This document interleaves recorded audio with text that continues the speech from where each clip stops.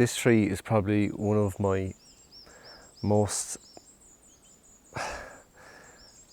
unique finds in the woodland.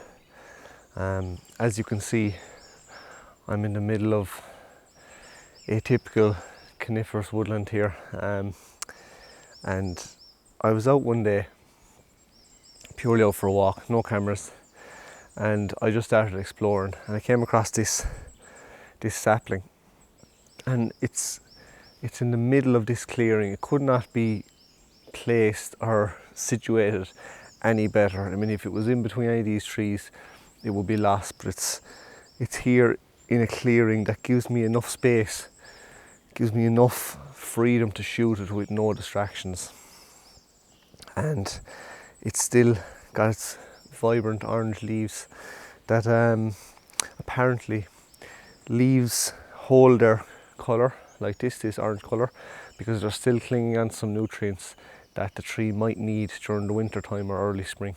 So it's a very cool fact I found out from Simon Baxter, who else, but it's so unique. It's so unique. It has this splash of colour in an otherwise totally green and kind of damp, dreary environment. It's such a unique composition. And I shot it this morning.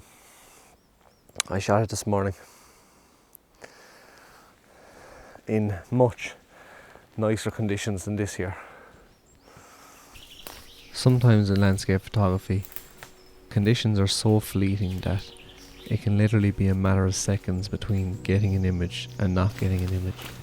And on this particular morning, I got an image, but conditions were so fleeting that I did not have time to vlog or capture B-roll or talk you through the composition, but I felt the image was strong enough that I'd return again an hour or two later, even though conditions had gone.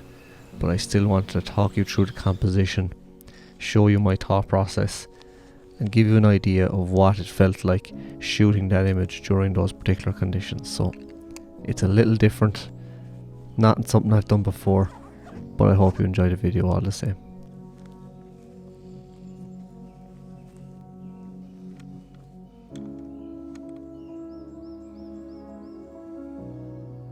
So I woke up this morning, and as I always do, I look out the window and stare up at the mountains to see, is there anything I could possibly shoot?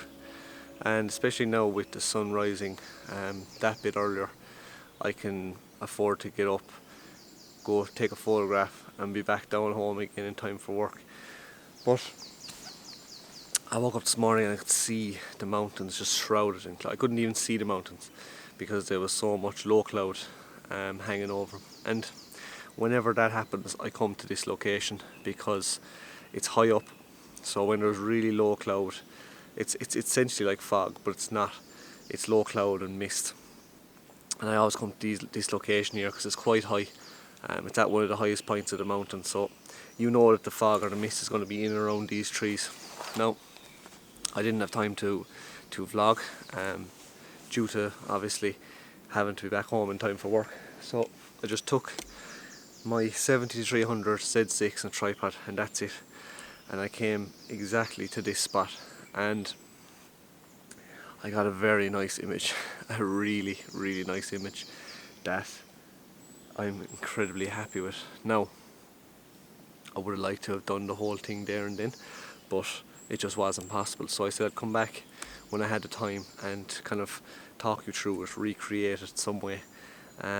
It's not hard. It's not a hard shot at all. It's quite simple, and it's one of the few times when I'm using a shallow depth of field in landscape photography. But that is simply because I just want to isolate the tree from the background. So camera level is actually quite important in photography, and the elevation of your tripod, whether it's low down, high up, that's going to give you a different perspective in different photographs. I generally don't like having a tripod quite low to the ground. I just think it makes everything seem a bit flat. In this case, I don't really have much of a choice. I'm on a slope.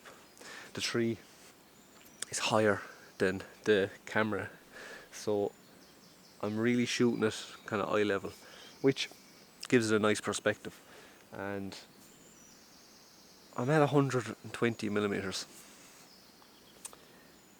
f6.3, and that is the same aperture. Now my shutter speed would have varied this morning because it was darker, but the aperture stayed the same, f6.3. At 120 millimeters with that compression, it gave me a shallow depth of field, and I had beautiful mist in the background that just helped to take away all that clutter. All those conifers just disappeared into the background, and all you could see was this vibrant orange tree against a misty, dark, eerie blue background. Not like, blue.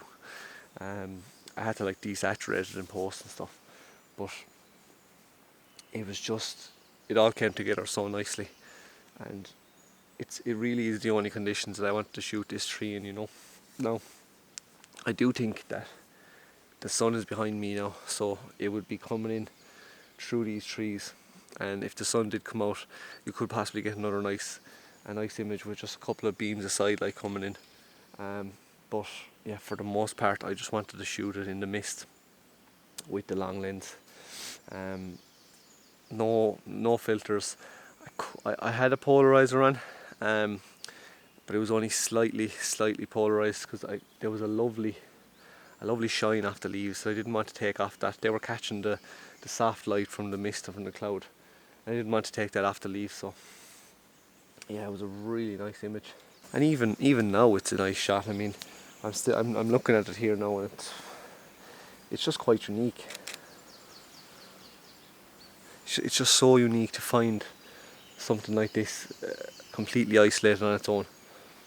It really is, and I'm really interested to see how it grows and how it flourishes. That's the only problem, is that because it's in the area that's in, I can't see it becoming a fully flourished tree, just due to the nature of pine woodland. Not a lot grows. The canopies can be quite thick, so light has trouble penetrating sometimes, which obviously, if trees can't get light, then they can't they can't create photosynthesis, which helps them create food, and it's just a whole vicious cycle. So yeah, it's such a unique image. A couple of things that I had in my head when I was shooting this particular scene. The first thing was isolate the tree. So I had two factors doing that for me. I had the mist, and I had the low or the wide open aperture at f6.3. Secondly, and I often do this, is I think about the post-processing while I'm out shooting in the field. And I know that kind of sounds like you're getting a step ahead of yourself, but if you think about your post-processing while you're out shooting, well, then you can shoot in the most optimum way. Like, you can get the best value out of the shoot. So I wanted to get some dapple light. Now, it wasn't really dapple light because there was no sunlight, but what I mean by dapple light is the cloud was diffusing the light, and it was just touching the mossy greens that were in front of the tree. So I wanted to include them in the frame because I knew that I'd be able to dodge and burn those areas in front of the tree. So that was another factor. So I knew that if I didn't include them in the frame, then obviously I couldn't dodge and burn because they weren't there. So that's another factor. The second thing I was considering was the canopy at the back. How much of that do I want in the shot? So that'll just determine then my zoom level as well. And I knew straight away, the minute I saw the mist behind it, that I was just going to make those oranges pop. So it was very important that the tree was in focus and was basically the only thing in focus, along with the area in front of it. I wasn't worried about losing the background. And it just comes back to, again, the benefits of just exploring. Just go explore. Take a small camera with you, take your phone. I stumbled across this one day on a very similar enough conditions this morning, very kind of wet, drizzly, misty conditions, and it was just pure luck that I found it. Pure luck. Not easy to get to, which I'm starting to figure out that a lot of the little gems are the ones that are hidden away, nestled away. But it's just another really satisfying find. And with that, I'm gonna show you the final image. And yeah, short video, but I wanted to talk you through my thought process for this particular shot and why I shot it the way I did, especially when I couldn't do it kind of live this morning.